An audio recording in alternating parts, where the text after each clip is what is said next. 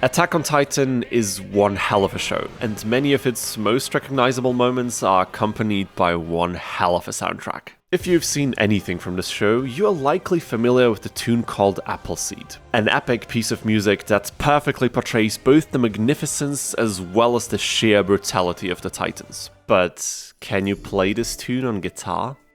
Well, yes, of course you can. I arranged the guitar version of Appleseed on this very channel not too long ago, but the goal here was not just to make it somehow playable by seasoned guitar veterans. Instead, our goal is always to create arrangements that are as easy as possible without losing the musical spirit of the original. A tall order, I know, but the process of getting there was interesting in and of itself. And today I want to show you the necessary steps to transform such a grand piece of music into something we can comfortably play on our delicate 6-stringed friends. Let's take a look.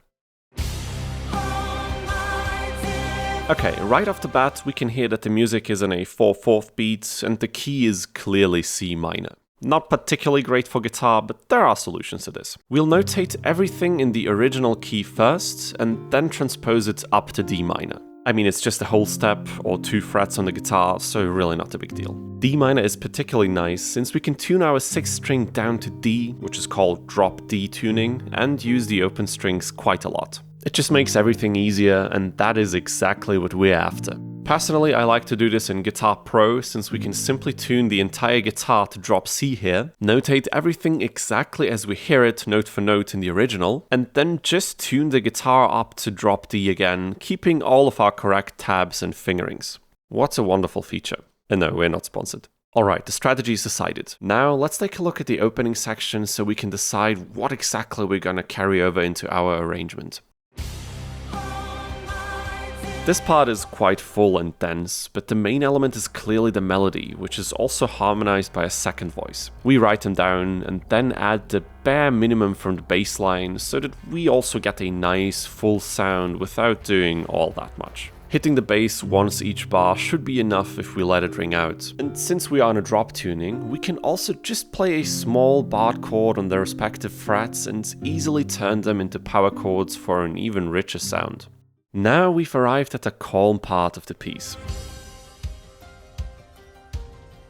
I transcribed the fast 16th note riff to a comfortable position on the guitar where it's not too difficult to play. I also extracted the actual melody that's buried inside, leaving out the repeated low note. Rhythmically, this can still work out wonderfully if we play the melody notes short and precise. That way, the breaks in between substitute for the low notes we are not playing, and if we perform the whole thing palm muted, aka with pizzicato technique, it sounds even better. Next up is another part that has a less busy melody, but has a bit more density overall. We start by transcribing the top voice and the bass line again. This looks pretty good. Still sounds a bit hollow though, so we can try to add some chord notes that are easy to play and give the sound a little bit more depth. If these end up being too difficult, we can still omit them when we play the song. Alright, now it sounds nice and full. While some of the bigger chords are not too difficult to play, some of them do present a challenge. I've changed some of the fingerings to combat that, and I'd say this version is still manageable enough to make it into the final version. But if this seems too daunting to play, you can always go back to the version with just the melody and the bass line instead. It still sounds good and is easily recognizable. On to the next part. The following is essentially just a section with the 16th notes again. However, in the original, it is repeated 4 times now instead of 2. We'll play it only twice, but change the second half slightly as to create some variety from the first appearance of the section. How about we only palm mute or pizzicato the higher parts, and for the lower one, we play the notes regularly, resulting in a sharper and louder sound. On top of that, we can hold onto some of the notes and the melody over the breaks, further adding some density and variety. Alright, I'm definitely satisfied with the sound of it. It's not really more challenging than the first appearance, and different enough to achieve what we want. Splendid. Additionally, I've decided to include a little transition, since this section moves directly into our opening part, which is very intense and dramatic. To offer a sense of build-up, we just replaced the last few 16th notes with a power chord on the dominant, in this case on the 7th fret, which will lead us nicely back into the tonic, right where the next part starts. Personally, I would just strum these chords as if I was holding a pick, but you can also fingerpick them fairly easily if you wanted. The following section is one of the most important ones. This is essentially where the climax of the entire song happens, but still includes a little build-up towards its second half where the true peak lies. Here we have vocals again, so this is our top priority, including the melody as authentically as possible. There is a lot of movement in it, so it will have to move across multiple strings frequently. However, we can use this to our advantage. Since we're gonna struggle to display the sheer weight of this section by ourselves, we can just try to let as many notes of the melody ring for as long as possible. Of course, it still needs to sound like one clear melodic line, but the added, well, let's call it reverb on some of the notes will make our performance sound much fuller. Exactly what we need. To make this even better, we will use open strings whenever possible. The melody is very busy as is, so whatever we add onto it needs to be minimal. We also need some bass notes for the harmonies and the fullness, so how about we start it easy and just include the root notes of the chords at the start of each bar. It looks pretty good, and is surprisingly playable once you choose a comfortable fingering.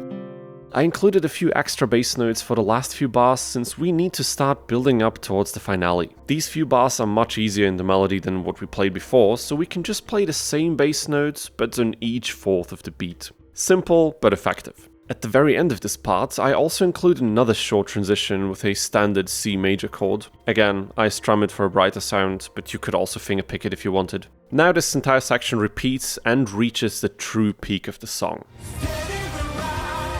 We need to also achieve this somehow, but our options are limited. And the part is already quite challenging, isn't it? I decide to just do what we did for the last few bars. Repeat the bass note on every fourth note, at least where it's feasible. Sometimes it just doesn't fit, but that's okay. And for the last few bars, we further increase the tension by turning the single bass notes into 2-note power chords. Makes them sound beefier and is definitely doable here. The transition also gets a few extra notes for rhythmical density, and there you go. I think this part turned out very nice. The second half is a clear step up from the first, and the melody is definitely recognizable. Now for the finale. The end of the song is essentially a bit of a cooling off phase. We still have a good amount of energy that wants to fizzle out, but not too quickly. Luckily, the original has a distorted guitar play a fairly simple metal riff with power chords at the end. How about we just copy what they do? Sounds good, doesn't it? Well, I do add a few more hits to the rhythm as we don't have drums to support us in this regard, but it's not really more difficult to play, so it works out wonderfully. The last few bars would also have yet another palm-muted metal riff. But to be honest with you, I don't really like it as an ending for our arrangement. After all, we did need to sacrifice so many little elements to make this as easy as possible, so I'll take the creative liberty and put a part from before at the very end, so we can round things off nicely. My decision falls on the 16th note part, as its rhythmical sharpness matches the energy of the original finale. To keep things fresh, however, I let the last power chord ring out underneath the 16th notes and play all of them unmuted. This adds another layer of clarity and signifies that we are indeed at the end. The lower half is also ended with 2 single power chord hits on the dominant, keeping some of the tension until the very last second, just like in the original. And with that, we're done. This is Appleseed from Attack on Titan on solo guitar, but easy.